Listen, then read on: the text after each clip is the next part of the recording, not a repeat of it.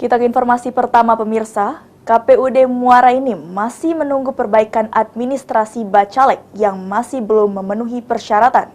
Verifikasi administrasi yang telah diselesaikan oleh KPUD, Bacalek harus menyelesaikan kelengkapan administrasi hingga tanggal 3 Oktober 2023.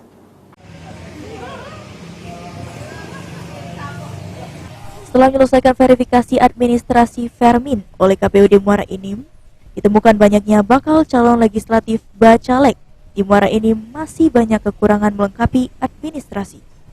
Berbagai kekurangan administrasi dari Bacalek diantaranya administrasi ijazah, surat keterangan dari pengadilan, dan terdaftar ganda sebagai Bacalek. Kepala Teknis KPUD Muara Enim, Justilka Hoirani menjelaskan kalau saat ini KPUD Muara Enim masih menunggu kelengkapan administrasi dari partai politik dari para Bacalek yang masih belum memenuhi syarat sesuai silon. Tahapan kelengkapan administrasi mulai tanggal 23 Juni hingga 26 Juni kemarin dan akhir batas hingga 3 Oktober 2023 mendatang.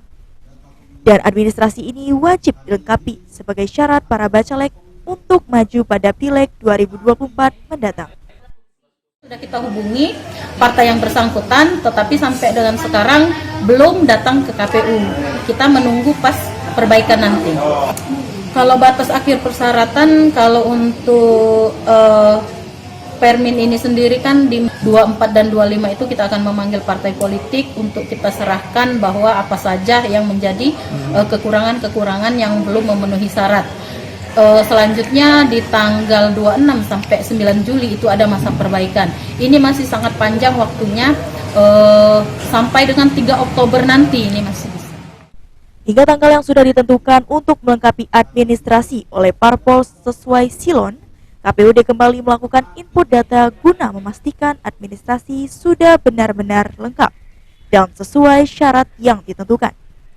Jika belum menyelesaikan administrasi atau administrasi tidak sesuai persyaratan parpol, bisa mengganti Bacalek atau Bacalek yang sudah terdaftar dicoret dari data KPUD. Mardiansyah, PAU TV.